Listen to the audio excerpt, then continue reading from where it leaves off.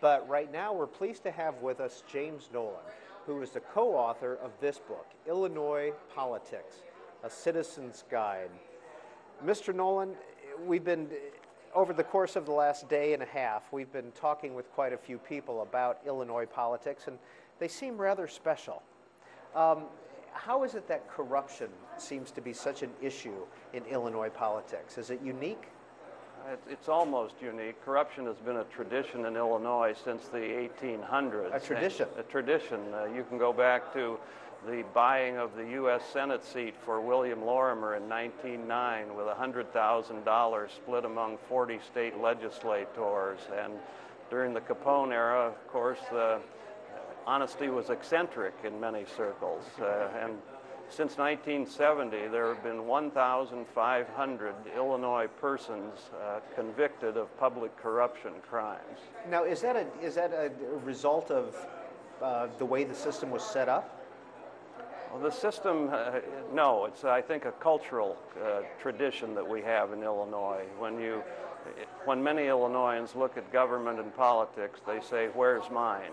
And so the tradition is one in which our political cultures tolerate corruption, and rare is the person who goes into politics planning to be corrupt. But once inside, many people do as others have done before them and find that maybe taking advantage of the system works to their advantage.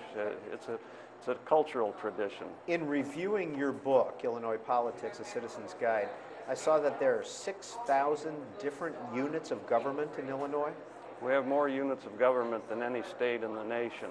We have townships, we have almost 1,000 school districts, we have, of course, several hundred municipalities, and we have thousands, literally a couple thousand special districts for parks and swimming pool districts and that sort of thing. So, yes, we are blessed with quite a bit of democracy in terms of our local governments. And how does that affect Springfield and the state legislature? Well, all of the local governments have strong lobbies in the state legislature, and so trying to trim the numbers of governments is almost a non-starter in Illinois because the township officials and the county officials and the special districts, including the park districts, all have strong lobbies that are for the status quo in Illinois. What's the governor's role in the state, and is it a powerful governorship vis-a-vis the state legislature? The governor of Illinois is one of the strongest governors among our 50 states. He or she has several veto powers: the regular veto, the line item veto, the reduction veto, and an amendatory veto. So a governor becomes almost a quasi-legislator because of all of the veto powers which he has. Now, how is the budget created in Illinois?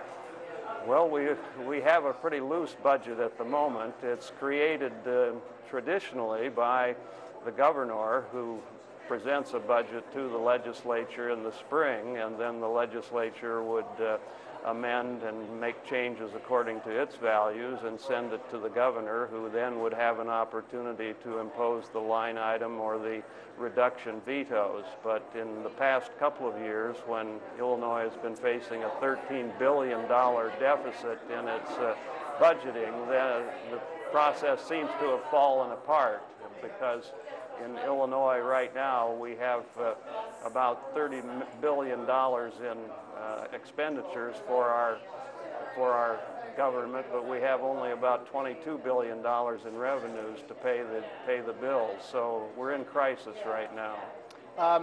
When it comes to the state legislature, are members term limited? How are they elected?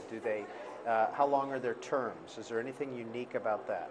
No, there are no term limits in Illinois. In fact, the Speaker of the House has been in the legislature about 40 years, and he is clearly the numero uno in terms of power within the legislative system. We have a system in which power is centralized to the leaders of the legislature, and the Speaker of the House, Michael Madigan, has developed great skill over the years and has accrued significant power, which he uses to help his members and to build majorities, which the Democrats have had rather traditionally in recent decades.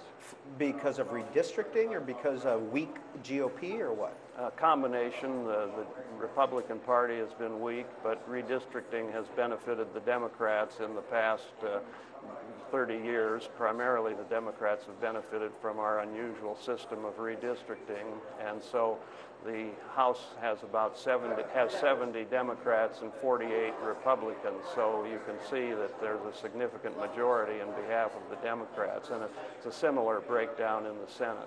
What's your experience in state government? Well, I was a legislator back in the late 60s and early 70s. A Republican? Republican. From where?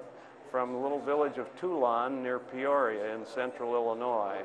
And then in 72, I was the Republican candidate for lieutenant governor, the invisible candidate, I might add. That's not a very high-profile office. Right. And then you also worked for several Republican governors? I've worked for 3 unindicted Republican governors of the state of Illinois. Which ones? Dick Ogilvy, and Jim Thompson, and Jim Edgar. Now, Jim Thompson served for 4 terms as governor, and he was a Republican, correct? What is he doing these days, and how did he manage to serve 4 terms and not get indicted? Well, he was a prosecutor himself, and and he was an honest governor, and he could have been elected to a 5th term, but decided to retire. He was not under fire. In fact, he and Jim Edgar both left office with significant popularity among the Illinois voters. And Jim Thompson now is retired from being the chief executive, if you will, of a major law firm here in Chicago, Winston & Strawn. Well, in your book, you also look at the issue of Chicago versus downstate. Walk us through that. What are the dynamics of that relationship? Well, since World War II, Chicago has declined in relative population from about half of the state's population down to 20%. So only 1 out of 5 of us is a Chicagoan.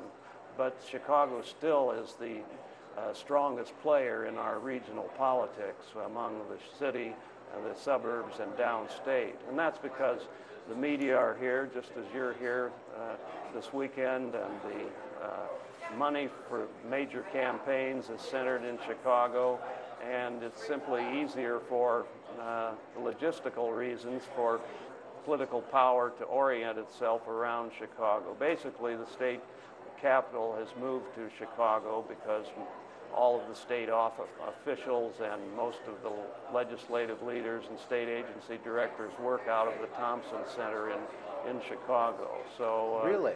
So Springfield, except when the legislature is in session, is basically a tourist town. And so does that give, in your view, disproportionate power to Chicago?